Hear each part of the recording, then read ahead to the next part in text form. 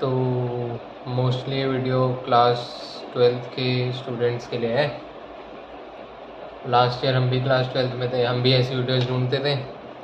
आज मैंने सोचा जो एक्सपीरियंस मैंने फेस करा है शेयर करना चाहिए, लिख के लाया हूँ जिससे कोई पॉइंट मिस ना हो। बोर्ड्स हैं इस साल और हर कोई इम्पोर्टेंट भी बोलता है। रीज़न मतलब मोस्टली कह सकते हैं, और कोई मार्कशीट कहेगा कि भाई मार्कशीट लाइफ टाइम रहने वाली है, कोई कहेगा कि आगे एंट्रेंस जैसे अब CUET होने लग गया हर कॉलेजेस के लिए, mostly arts and commerce student के लिए। पर कहीं ना कहीं जो मैंने फेस करा है इसमें कहीं ना कहीं आपको अपने पोटेंशियल को ना मैक्स करने का मौका मिलता है, क्योंकि 12th क्लास में जो पढ़ाई है ना वो मैं ये नहीं कहूँगा मुश्किल है। 12th में स्कोर करना बहुत आसान है अगर हम लोग कंसिस्टेंसी से काम करते हैं, वही ये चीज़ सिखाती है हमें। अब ऐसा हो जाता है ना कि अब क्लास 12th है और बहुत प्रेशर भी रहता है कि भाई 95% का टैग चाहिए। तो कई बार ऐसा हो जाता है कि हम लोग कोचिंग्स भी लेते हैं क्योंकि हमें पता है स्कूल वो क्वालिटी नहीं प्रोवाइड कर पाता जो एक्चुअली चाहिए होती है। कई लोगों का ये डाउट होता है कि स्कूल और कोचिंग कैसे मैनेज करें, तो मैं काइंड ऑफ अपना एक स्केड्यूल शेयर करना चाहता हूँ। मेरे को लगता है उससे बहुत हेल्प मिलेगी, क्योंकि इसमें जो टाइम डिवाइड था ना मेरा, एकदम मैंने फ्री टाइम से बिल्कुल मैं कहूँगा कोई प्रेशर था ही नहीं, एकदम मज़े मज़े में अपनी 12th गई और अच्छे मार्क्स भी स्कोर करे जो चैनल के अबाउट सेक्शन में है। मैं अपने मुंह से नहीं बताता, इतना मैं इसमें विश्वास नहीं रखता।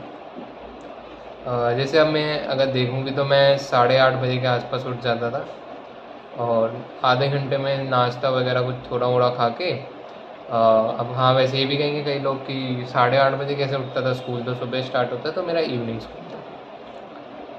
तो 9 बजे के आसपास अपनी मेरे घर के पास ही क्लास होती थी अकाउंट्स की।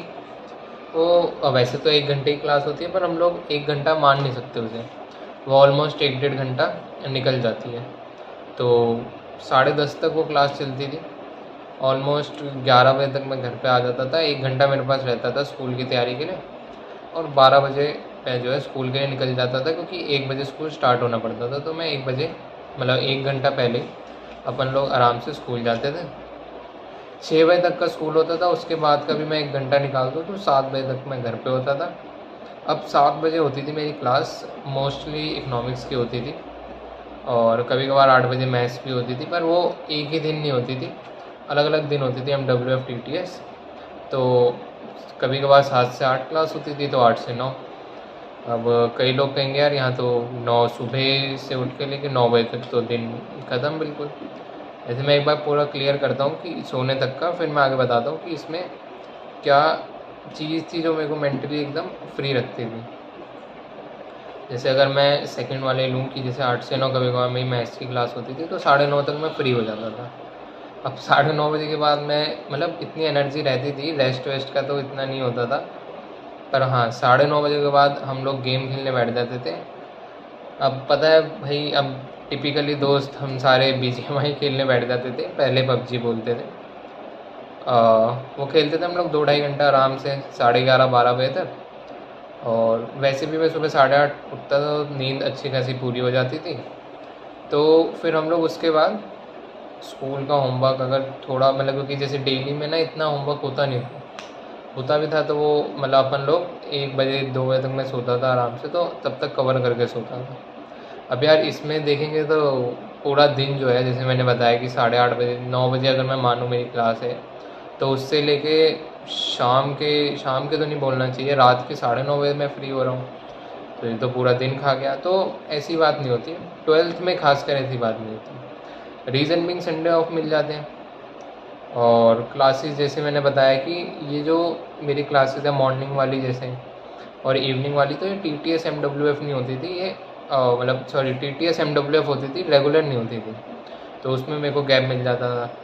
बाकी विंटर ब्रेक्स होते थे, दिल्ली में रहने तो पोल्यूशन की छुट्टी होती थी, काफ़ी सारे फेस्टिवल आते थे बीच बीच में। तो कभी तो मेरे को याद है कि शायद अगस्त का वो महीना था या पता नहीं मेरे बैच में, उसमें हमें ऑलमोस्ट महीने में बस 7-8 दिन स्कूल जाना था, बाकी छुट्टी छुट्टी। और एग्ज़ाम गैप्स में भी बहुत छुट्टी मिलती है, क्योंकि अपना जैसे ही हम 12th में आ जाते हैं तो एग्ज़ाम काफ़ी ज़्यादा हाफ ईयरली हो गया, प्री बोर्ड हो गया, कई कई स्कूल में 2 बार प्री बोर्ड होते हैं, तो एक वो भी रोल प्ले करता है, वहाँ भी छुट्टियाँ मिल जाती है, क्योंकि 12th का सिलेबस हो जाता है कवर अच्छे, क्योंकि कोचिंग में भी सेम चीज़ पढ़ा रहे हैं, स्कूल में भी सेम चीज़ पढ़ा रहे हैं, तो कभी स्कूल का पहले कवर हो जाता है, कभी 12th का। बाकी कभी कभार क्लासेस भी कैंसिल होती थी, क्लासेस में भी छुट्टियाँ मिलती थी, बहुत सारे फेस्टिवल होते, तो टाइम मैनेज हो जाता था। और मतलब रियलिटी बताऊँ तो जैसे ही प्री बोर्ड्स पास आएंगे, जैसे हमारे में तो मतलब दिसंबर जनवरी के आसपास चालू हो जाते थे, तो ऑलमोस्ट स्कूल जाना मतलब ना के बराबर हो जाता है। टीचर्स ही मना कर देते थे कि अपना जो मतलब मैं कहूँ कि हम जैसे मतलब थोड़ा ठीक था स्कूल में, तो टीचर खुद ही कहते थे कि अगर घर पे पढ़ सको तो पढ़ सकते हो। बाकी प्री बोर्ड्स में मैंने बताया छुट्टियाँ होती थी। प्रैक्टिकल्स जब होंगे तो प्रैक्टिकल जैसा अपना ऐसा होता था कि मतलब हर 2-3 दिन में एक तो 2-3 दिन छुट्टी, बस प्रैक्टिकल देके घर आ जाओ सीधा। वहाँ बहुत बहुत मैं कहूँगा कि टाइम मिल जाता था। तो मतलब मैंने ये पूरा टाइम टेबल क्यों बताया, मतलब ये तो एक रैंडमली मैंने ऐसे बता दिया अपना टाइम टेबल, पर इसका कोर ये है कि अपने ना दिमाग में हमने ये भर रखा है कि बहुत ज़्यादा मतलब कोई टाइम ही नहीं मिल रहा, पर ऐसा नहीं है। मैं कुछ 1-2 पॉइंट बताऊंगा जिससे मेरे को हेल्प मिली कि टाइम खाली रखने में। मैंने वैसे तो दिसंबर तक यूट्यूब बहुत चलाया है, इंस्टाग्राम बहुत चलाया है, कहीं ना कहीं गेम भी आराम से कभी कभार 3-4 घंटे भी खेल जाते थे।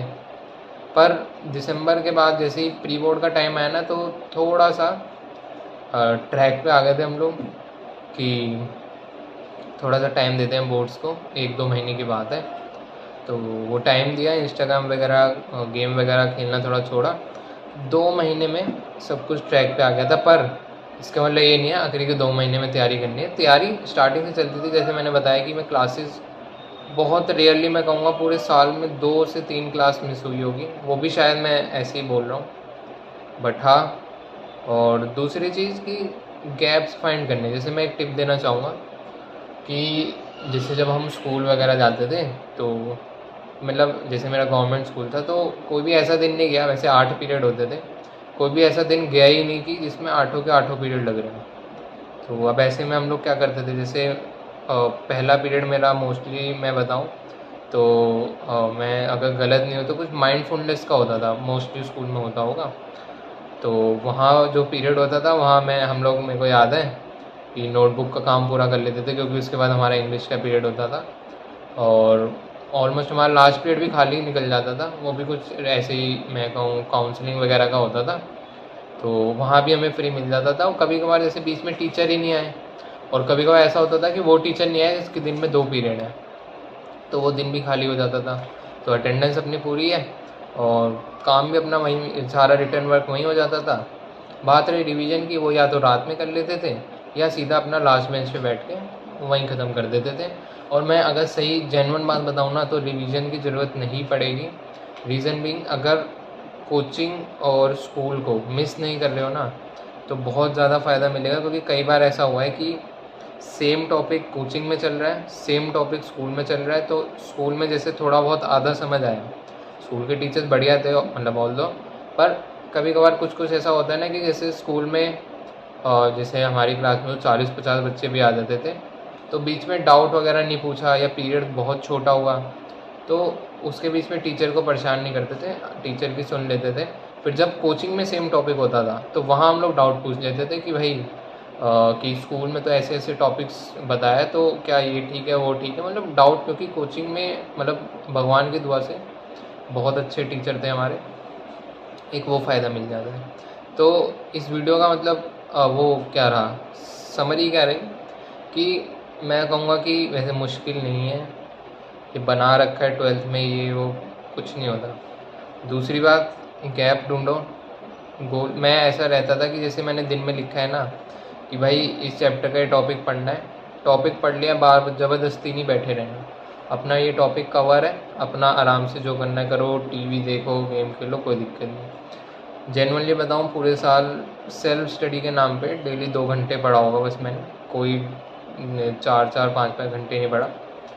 हाँ, जब प्री बोर्ड का टाइम आया उसके बाद ज़रूर 4 5 6 कभी कभार 7 घंटे भी पढ़ा है, क्योंकि वो एग्ज़ाम टाइम होता था उस समय पढ़ा है, पर पूरे साल नहीं पढ़ा। तो क्या इससे मैं ये कंक्लूजन दे रहा हूँ कि पूरे साल नहीं पढ़ना चाहिए? नहीं, पर पूरे साल ये भी नहीं है कि 6 घंटे पढ़ना है, किसी दिन 5 घंटे पढ़ लिया। तो मैंने देखा है कई लोगों को कि मतलब इतने घंटे पढ़ रहे हैं, आउटकम कुछ नहीं निकल रहा, पर पढ़े जा रहे हैं। उसका कोई सेंस नहीं बनाती वो चीज़।